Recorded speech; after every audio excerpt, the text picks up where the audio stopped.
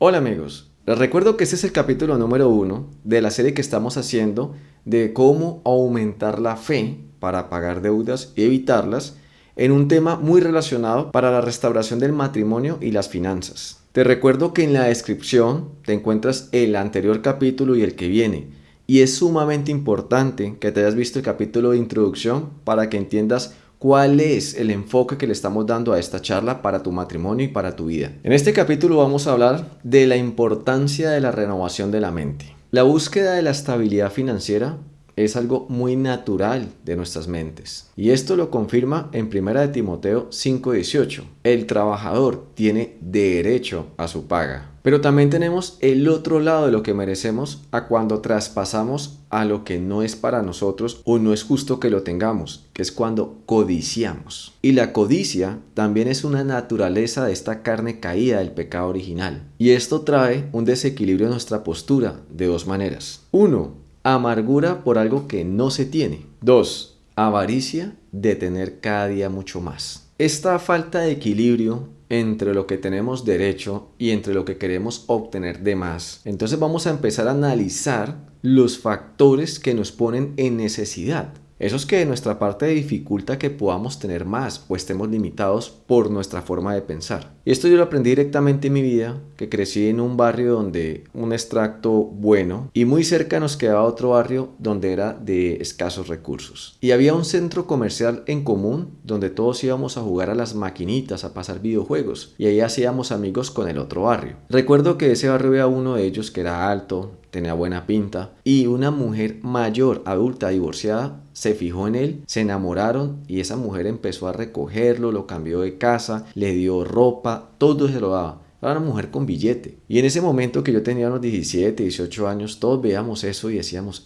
qué tipo tan de buenas. ¿Quién no quería una mujer que lo sacara a vivir y que le diera todo? Y tanto así que se enamoraron y vivieron juntos y hasta tuvieron un hijo. Y recuerdo que unos 20 años después de lo que nos conocimos ahí, yo volviendo a ese centro comercial, pasé por un local que le pertenecía a esa señora y que se lo había dado a él. Y cuando lo encontré, noté que le habían cambiado el nombre, tenían el sitio sucio, estaba en pésimas condiciones ese local que llevaba más de 30 años ahí establecido. Entonces yo entré como a saludar, a ver a quién me encontraba cuando me lo encontré a él y bueno, ¿cómo está? Así que, pero él estaba muy distraído allí, conquistando una colegiala. Ya ahí teníamos más o menos unos 35 años, esa nena tendría por ahí unos 16, era un colegio, tenía uniforme. Y era ahí embobado con ella.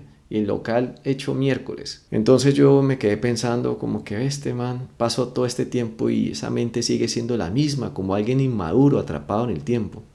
Bueno, curiosamente como 2 años después me tocó volver otra vez ahí a ese centro comercial y volví a ese local y ya se había acabado, lo habían cerrado. Él lo perdió. Y algunas lenguas que lo conocían a él y conocían este caso me comentaban, él seguía en sus rumbas, en su vida fácil, en sus drogas, su vida loca nunca lo dejó progresar, no estudió, no hizo nada por la vida. Honestamente a mí me pareció muy triste esa situación porque ¿cuántos no deseamos una oportunidad de ser ayudados? O de pronto una herencia, una plata con que montar un negocio, un buen préstamo para armar una casa, para comprar un buen terreno. Todos quisiéramos grandes oportunidades. Y este tipo que tuvo la oportunidad de viajar, de estudiar, vivir en un buen sitio, tener un buen negocio, todas las que hemos querido, las tuvo y las desperdició. Y ahí es cuando esa voz del Señor te lleva a ver más allá de lo evidente. ¿Qué le hizo falta a este hombre para que con todas las posibilidades de éxito fracasara? ¿Qué le faltó? Yo saqué 6 puntos que te pueden servir para analizar a ver en qué tú también tienes un gran privilegio y no te has dado cuenta. Bueno, una de las primeras es que pueden haber muy buenas oportunidades, pero si nosotros no tenemos la sabiduría para afrontarlas, para aprovecharlas, se van a desperdiciar. Muchas veces este problema de mentalidad también es que vienen muchas buenas oportunidades a nuestra vida, pero nuestra mentalidad de fracasados o porque tenemos un problema en el cual no hemos podido triunfar, nos mantiene en una queja. Entonces la queja no permite que valores los aspectos buenos de tu vida por estar concentrado en el que no ha podido ser exitoso.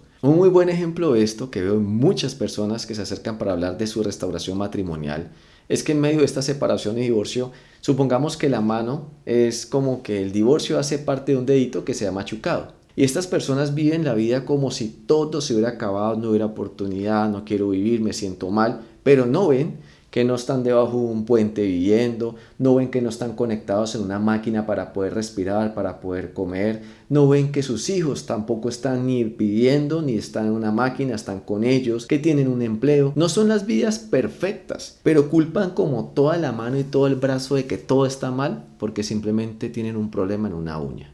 Entonces ahí es cuando perdemos de vista que la queja es lo contrario a la oración. Porque la queja exalta el problema y lo mantiene allí como algo que no se puede sobrepasar. En cambio, la oración exalta a Dios como alguien poderoso que nada se le puede igualar. ¿Cuánto tiempo nosotros invertimos quejándonos versus el que invertimos orando? O peor todavía, ¿cuánto tiempo de la oración insistes en hablar y quejarte del mismo problema y llorarle a Dios por eso, cuando pudieras más vale preguntarle a Dios qué puedes hacer para superarlo o qué más hay que el Señor te quiere mostrar, pero tu enfoque te tiene limitado a no poder progresar? Es un problema de mentalidad. La tercera, Dios puede complacer todos los anhelos de nuestro corazón, pero no es tarea de Él ni su responsabilidad que nosotros desaprovechemos esa oportunidad. Y esto aplica también para los que están luchando por su restauración matrimonial, quieren la reconciliación, pero como no se preparan, llega esa oportunidad y la desperdician. 4. Nosotros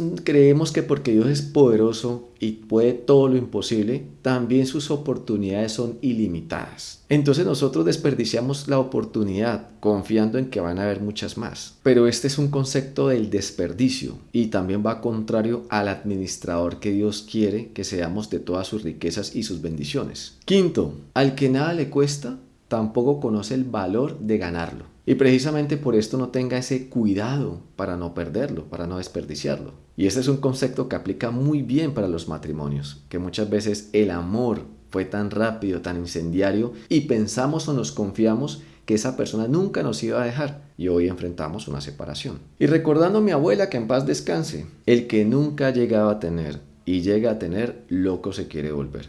Esto es muy cierto.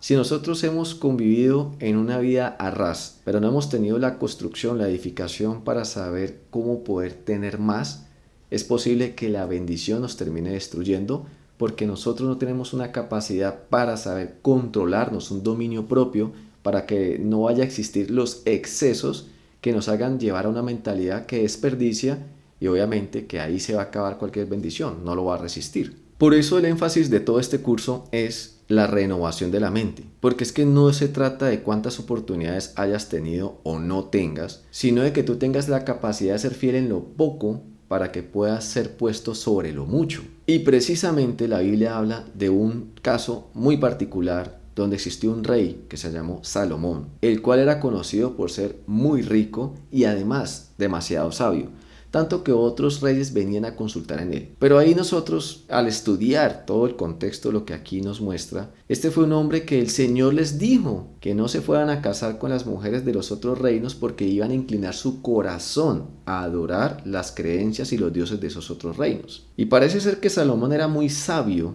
Precisamente él es el autor de los Proverbios, donde se incluye como toda esa sabiduría aplicable a las leyes del mundo, a esta manera en la que el mundo negocia. Pero no estaba como rica en esa sabiduría divina que nos lleva en el Espíritu del Señor a poder discernir qué es lo correcto o qué es lo que más conviene. Ese discernimiento es el que nos ayuda a entender lo que dice en Pablo, donde todo me es lícito, pero no todo me conviene. ¿Cómo podemos nosotros escoger qué es edificante y qué realmente podemos apartarlo? Porque no es que nos vaya a destruir, pero si lo dejamos allí puede ser que sí nos haga un roto y termine siendo una razón para que otras cosas se pierdan en nuestra vida. Entonces este rey, desobedeciendo a Dios, se llenó de esas mujeres. Esto le costó al reino la división. De ahí vino la fractura de este reino para que se dividiera en dos partes. También de allí vino una total decadencia y una adoración pagana increíble. ¿De qué nos sirve a nosotros tener un buen estatus, ser conocido, el gerente de una empresa, un buen administrador, alguien que las personas envidien con mucho dinero, si en el corazón no existe la sabiduría de Dios, no hay el discernimiento para escoger lo correcto? Y me parece muy interesante porque muchas personas se quejan de la falta de dinero y que si tuvieran dinero podrían hacer esto y lo otro, pero realmente les llega el dinero a las que he conocido. No veo en ellos algo diferente que no sea lo que lucen por fuera o lo donde estén viviendo o lo que tengan. En esencia sigue siendo vacíos, no veo que le aporten algo a su matrimonio o a sus empleados o a sus amigos. Son personas quedadas en el tiempo donde pensaron que llenando ese hueco con riquezas se iba a acabar el problema o ya no se iba a notar tanto. Pero en esencia siguen siendo lo mismo que cuando no tenían un peso. Pero entendamos que también la cultura nos ha educado a creer que para que seamos alguien en la vida tenemos que tener dinero. Y que lo más importante en la vida es tener plata, es tener un título, es tener propiedades, es que a usted lo reconozcan por lo que tiene, no por lo que es. Entonces esto nos mantiene en un temor al fracaso, nos mantiene estresados porque necesitamos aparentar ser alguien que se defiende solo, lo tiene todo o no necesita ayuda de nadie. Y esta misma ceguera espiritual lleva a la persona que tal vez ya sea exitosa o tiene lo necesario, pero la avaricia inclina que tiene que llegar cada vez más alto y no puede detenerse porque es como algo en la mentalidad que te dice voy a luchar un poquito más y buscando ese poquito más se queda toda su vida. Y lo interesante es que en esa primera de Timoteo 6:10 que dice que el amor al dinero es la raíz de todos los males, sustenta que precisamente esa codicia los llevó a apartarse de la fe y se han traspasado con muchos dolores. A veces nos queda imposible creer que entre nosotros más pretendamos tener, menos paz va a haber. Porque ¿quién va a cuidar eso? Hay que estar encima de los negocios, encima de los empleados, encima de las riquezas. Nos acostumbramos a dormir con un ojo cerrado y el otro abierto, pendientes a ver en qué momento nos van a robar o qué nos van a quitar. También viene que nos trasnochamos o nos madruga la idea de pensar qué vamos a hacer para tener más o que lo podemos perder todo. Entonces un problema cuando no había plata por cómo conseguirla. Y ahora que la tenemos, otro problema para ver cómo no la perdemos. Y ahí es donde se pierden enfoques elementales, como por ejemplo en el matrimonio, que realmente cuando las finanzas están bien, pues el matrimonio va bien. Pero cuando las finanzas se ven afectadas, en especial por las maldiciones que vienen con la infidelidad, pues vemos que lo demás que puede sostener el matrimonio no lo hay, no existe. Y ahí viene la mayoría de los fracasos o fracturas del matrimonio. Precisamente porque como no son ricos en el espíritu, no tienen la fe necesaria para sobrevivir las crisis en la ayuda de Dios, en la oración, en el ayuno. No, ellos fracasan porque precisamente están lidiando con la adversidad desde su propia fuerza, donde siempre vamos a perder. Y que es evidente que la falta de intimidad con Dios mantiene la mente en un asedio del problema, en un estrés, una preocupación, una angustia que incapacita la mente para tomar buenas decisiones. Entonces se toman por desesperación y esas son las que cada vez hacen que el problema sea más grande. Además, que esta intimidad con el Señor provee la sabiduría suficiente para saber enfrentar un problema y encontrarle más rápido la solución. Y claro, como nosotros no estamos en esa sintonía con Dios, el esfuerzo y la energía que gastamos tratando de resolverlo cada vez nos va agotando más loco, más desanimado, más frustrado vamos a estar. Y con esto va a aumentar nuestro nivel de pesimismo, nuestro nivel de no creer que esto tenga solución, me siento más amargado. Entonces lo que empezó tal vez por un problema financiero, se empezó a regar en mi relación matrimonial, en mi relación con mis hijos, con mis empleados, con mi familia, con mi salud mental. Todo se empieza a regar en un caos que se pudiera controlar desde el principio, sabiendo buscar la sabiduría de Dios y no contando tanto con la sabiduría humana. El amigo que les comenté al principio en el testimonio, él conocía todos los problemas financieros, pero la falta de renovación de la mente nunca lo llegó a entender que necesitaba un cambio y hacer cosas nuevas y buenas para mantener ese cambio. Y ahí lo volvió a llevar toda su situación financiera próspera al mismo punto inicial, a no ser nadie ni tener nada. La forma equivocada de pensar siempre va a potenciar un problema que sea peor o que nunca se acabe y además sume nuevos problemas. Y por eso es que nosotros en Mateo 9:17 habla acerca de los odres viejos donde al echar vino nuevo se va a derramar. El Señor no va a ser tan tonto de sabiendo que no tenemos la capacidad de aprovecharlo de seguir echándolo. Por eso Él necesita destruir todo ese odre, volverlo trizas y reconstruirlo para que de esta manera no tenga ninguna grieta que desperdicie. Pero Dios no cambia a una persona a punta de milagros porque los milagros nos hacen la vida tan fácil que el aprendizaje no se va a lograr notar. Por eso siempre que uno busca la ayuda de Dios desde la perspectiva del milagro,